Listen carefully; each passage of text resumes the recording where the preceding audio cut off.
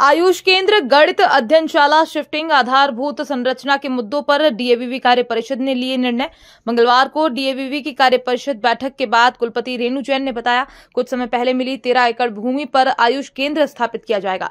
2030 master plan के तहत विज्ञान विषय के सभी विषय आईटी कैंपस में शिफ्ट किए जाएंगे। आधारभूत संरचना को लेकर भी कई प्रोजेक्ट हैं जिन्हें आईडीए पूरा करेगा। वहीं कुछ और भी अहम निर्णय हुए हैं। कुलपति रेणु जैन ने बताया, अब बीएड विद्यार्थी भी पा सकेंगे नेशनल एजुकेशन पॉलिसी एटीकेटी नियमों का फायदा। काफ़ी सारे मुद्दों पे चर्चा हुई। एक तो पहला तो यही था कि जितने भी हमारे स्टैंडिंग के मिनट्स थे और उसके अलावा फाइनेंस कमेटी के मिनट्स थे, उन पर चर्चा हुई। उसके अलावा एक मेन जो मुख्य विषय है कि आयुष का एक केंद्र स्थापित किया जाना है।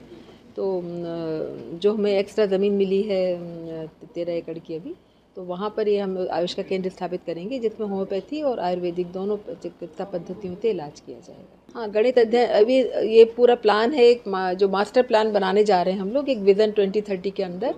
तो उसमें हम लोग एक पूरा मास्टर प्लान बनाएंगे। तो उसमें पूरे साइंस के जितने भी सब्जेक्ट्स हैं, जितने भी विषयों की क्लासेस चलती हैं, वो सारा पूरा साइंस ब्लॉक पूरा वहाँ पर शिफ्ट किया जाए साइंस का आईटी के कैंपस में।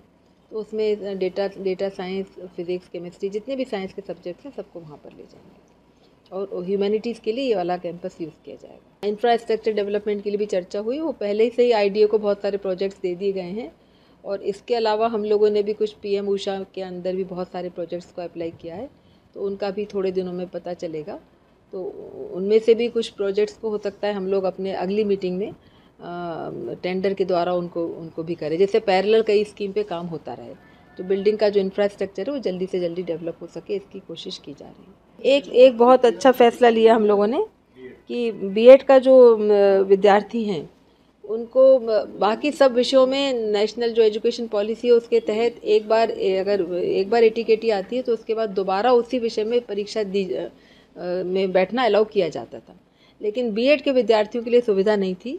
तो उसकी बहुत अक्सर विद्यार्थियों की तरफ से बड़ी निराशा का अनुभव होता था और कई बार वो लोग अपना निर्णय लिख के दे चुके हैं।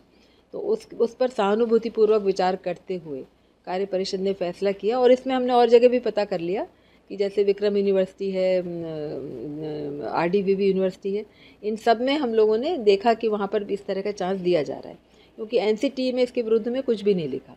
तो जो नेशनल एजुकेशन पॉलिसी के तहत हम जब सब विषयों में दे रहे हैं तो बीएड के छात्र क्यों इससे वंचित रहें।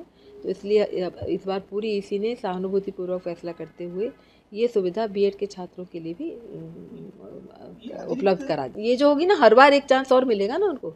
हर बार जैसे पहले एक बार अगर रह जाते तो एक एटीकेटी मिलती है, उसके बाद दोबारा उनको सारे विषयों में बैठना पड़ता था। अब दोबारा जब बैठेंगे तो एक ही विषय में बैठेंगे। ये सुविधा उनको उपलब्ध कराई गई।